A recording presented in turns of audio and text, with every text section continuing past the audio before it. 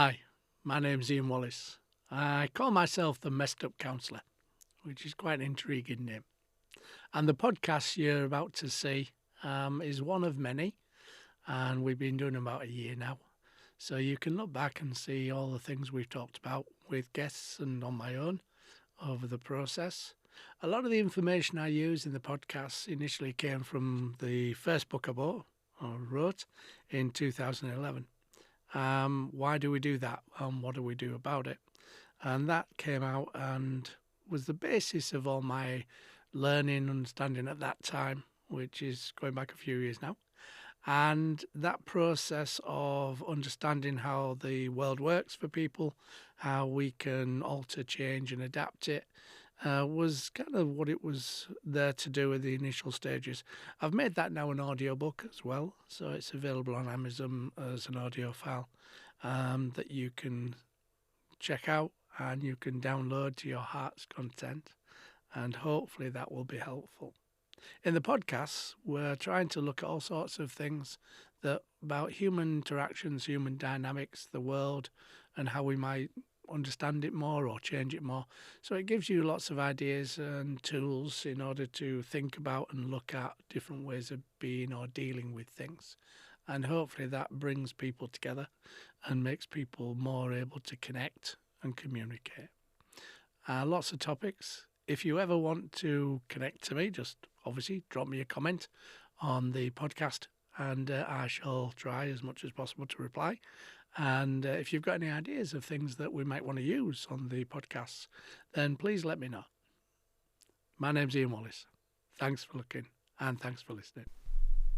Hi, and welcome to another edition of Ian Wallace, the Messed Up Counsellor, the podcast.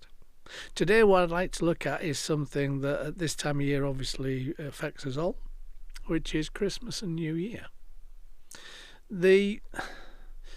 This time of year, if you look at the adverts on the television and you look at the processes that you see in the media and in the papers and everything, it's a festive time. It's a time for celebration. It's a time for enjoying life. It's time for eating more than you should. It's a time for happiness. It's time for families getting back together, maybe the only time of the year they do. There's a whole range of things that we are shown and we are given that we should be. But that's not the case for everybody. For a lot of people, Christmas and New Year is a time of sadness. It's a time of despair.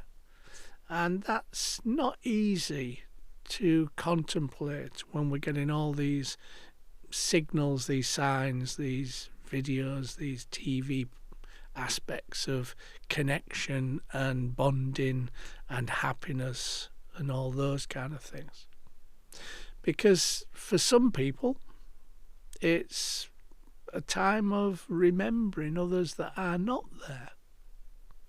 If you can imagine the family getting together, being there, then at some point in the year, that family loses somebody that's important to them.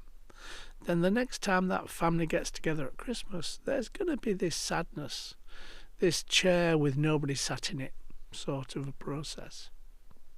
And it's the time of year when everybody's telling us we should celebrate, we should be happy. But then we feel really uncomfortable about being sad.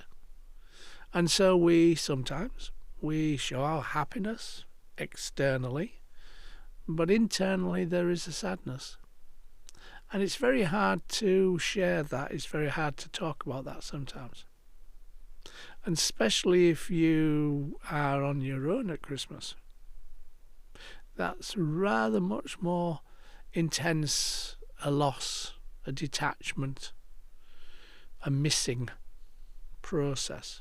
Because everybody else is having fun. Everybody else is having a great time. I'm supposed to be, and I'm not. So I must be wrong. I must be the problem. And everybody's telling me to enjoy myself. Everybody's telling me to have a good time, whether it's personally, verbally, or in what we see on the television or what we hear on the radio, or in the streets, or in the pubs and clubs. Because that process of loss for me, when I think about this, is the one time of the year that anybody who isn't there anymore would be that remembrance. Okay, there's anniversaries of people dying, there's anniversaries of people leaving, and that's one day in the year.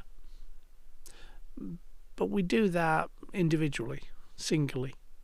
When we come to the Christmas process and New Year process, then all those people that are no longer there come into one. And it increases the sadness, it increases the isolation, the loss process. And it's really hard to have that as part of your world and your life if everybody else, as I've said, are happy. So we don't want to upset anybody by talking about it. We don't want to upset anybody by bringing that into the conversation. But we can't stop ourselves feeling like that. So sometimes it's helpful to know that that's there, to outwardly say, bring that to an awareness that this person is no longer there.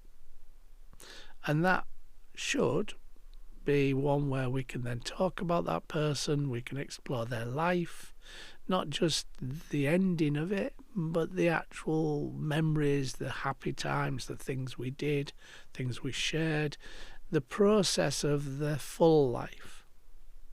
And then that can be brought into that celebration, because there are things within that life that will have been good times, will have been happy times, will have been celebrations. And we can bring that into the celebration instead of worrying about talking about it, worrying about upsetting other people by talking about it. And I think for a lot of us, loss is not an easy one.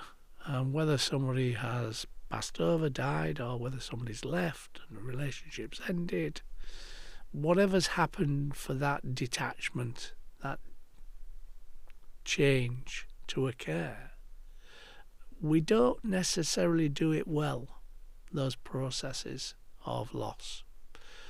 They're not easy to talk about, share, understand. So I don't want to take away from this celebration of time. We should celebrate it. I'm not saying in any way, shape or form that we should, be miserable, or we should be thinking about all the negatives. But I think we should bring together that idea that they are no longer with us, they're no longer part of our world and our life. But there was a process which, when we engaged with them, there would have been some happy thoughts. Now, maybe that's not true. Maybe the person that's no longer there was always a negative process on your life. And sometimes that's true. For some people, it is.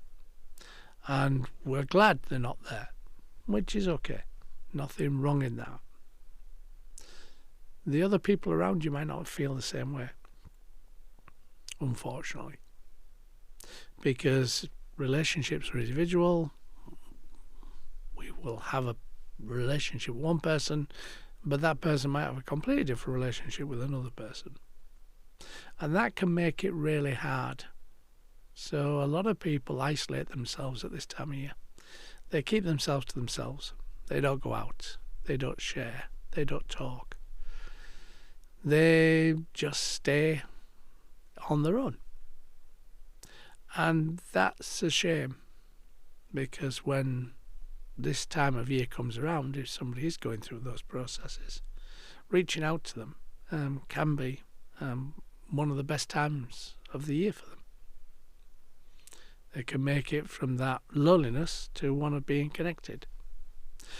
So if you know somebody that is lonely, isn't connected for whatever reason, then reaching out to them can be a massive positive experience. I know some friends whose family help on the soup kitchens at Christmas, and their kids and all the family get involved, And they reach out to all those people that are on the streets and are homeless and are on their own and isolated. And that gives the family some wonderful feelings of citizenship, feelings of looking after humanities, humankind. Makes them feel, they say to me, makes them feel, privileged that they aren't having those situation scenarios in their world and their life. And it gives them a different perspective. And I would imagine a lot of people in the charity sector that help out, even just at this time of year, probably would feel the same kind of feelings, emotions, thoughts, ideas. When we're enjoying our time, we should enjoy it. I'm not saying we should sit and be sad all the time. But we need to bear reflection on that process of engaging with others who may not be there anymore and having that shared process of time. It has to be a balance, I suppose. It has to be a positive and a negative process, because everything does have a positive and a negative application, which you can't always see at the time, obviously. But afterwards, it'll have changed you in a way that makes you different for the future, makes you more aware, makes you more able to make better choices, decisions, those kind of things. And I look at the festivities and the time frame, and I'm lucky that I'm not on my own at that time. And yes, I have lost people at the time of year and during years. I'm like everybody else in that sense. But I think for me, that time of year is one also to look at and explore the happiness, the wonderful aspects I got from those people as well. And moving forward, we give gifts, we give presents, we give happiness to others in those gifts and presents. And I think for me, that's part of the wonderful aspect of that time of year. That wherever you are, somebody is getting something usually. Even if it's just a meal, the only time they get a meal. But it's a time of giving. It's a time of looking after, sharing, caring, showing that you like and love people. And I think that's good. And as we're going through that time of year, this time of year, know that that process is one that we look forward to. We usually have some idea what we're going to do and what we're going to experience and where we're going to be and those kind of things. We plan for it. We sometimes buy presents for people many months in advance and store them up and wrap them and take careful consideration in what we do and how we wrap them and what paper we use or, what we put them in and plan when we're going to give them. There's a lot of forward planning gone into Christmas and New Year. And that's something that we look forward to. That's something that for most people has an element of joy and satisfaction. And that's good. Nothing wrong in that. Don't feel guilty for enjoying yourself when some people aren't, obviously. But think about those people. Think about how they interacted with your world and your life. And if there is some positives in that interaction, that connection, then try and bring them forward. But if there isn't, then there isn't. And that's okay. You don't have to. It's also a time of eating too much sometimes and drinking too much sometimes and all the other things that we do when we're celebrating. And that aspect of being able to do that is valuable in understanding how your world and your life is working. Most people don't want gifts, though. Most people, in my experience, want time shared, want to connect, want to hold, want to have something that puts us both in the same place with some form of respect and validation. They want a human connection. Most people want a human connection. And that process is helping us do that by giving gifts, being there for people, sharing those kind of celebrations, those laughs, that fun. And then afterwards we look at it and we go, whoa, maybe I shouldn't have eaten that much. Maybe I shouldn't have drunk that much. Maybe I should have gone to bed a bit earlier. All aspects of after the fact. Hindsight is a wonderful thing. And I want you to enjoy that Christmas. I don't want you to think of this as a negative podcast. It is a positive one. It's just a remembrance and a connection one as well. And if you can do that, that will help maybe other people around you. Because opening up that conversation and dialogue is possibly something that other people were thinking about doing but didn't or were able to because they didn't want to upset somebody or share those things, ideas with people. Maybe you can be the Columbus, the one who starts something else and changes the idea of what that is. Maybe you can be that adventurer, that forward person, explorer. And opening up those dialogues might be helpful to other people, as I've said, and moving forward.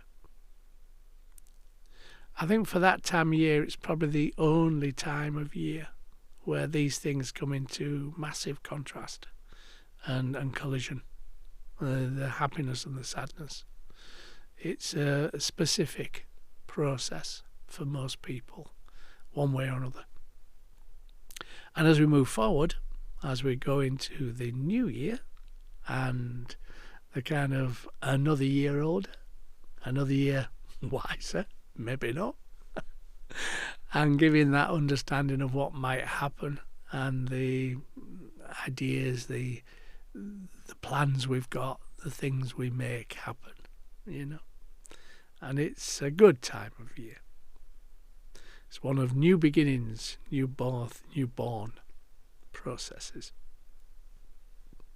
And maybe the next podcast that I do in this series will look at some of those things with New Year resolutions and ideas around that. Hopefully that's been interesting for you, and hopefully you listened and found it entertaining as well as interesting. And think about the things I've said, and see whether or not you can make this Christmas maybe a bit different to last Christmas, and maybe move it forward and make that reconnection, which is important for all of us, to be fair. If you've liked this, please like, share, subscribe, and then hopefully the podcast will drop on your door on a Monday morning when the world is waking up to a new week, and it might give you some things to think about, some things to laugh about, some things to ridicule me about. Any idiot or whatever. Take care, look after yourself, and have a good new year. Hi, thanks for listening to the podcast, and hopefully it made sense and was interesting for you. Please subscribe, like and share. With the podcasts, you never know who will be helped by the things we talk about, things we share. We don't normally tell people our problems, but by sharing it and helping other people to understand things. The book Insecurity, It's All About Me, is also available now through Amazon, and it gives you an understanding of what drives insecurity, how insecurity works within our human dynamics, and how you can get a much more secure connection with people. It gives you lots of ideas and thoughts, which is really good. So thanks for listening. Subscribe, like, share, hit the button, and if you've got any comments, please give me them, and I'll do my best to answer them. Thanks very much. Take care.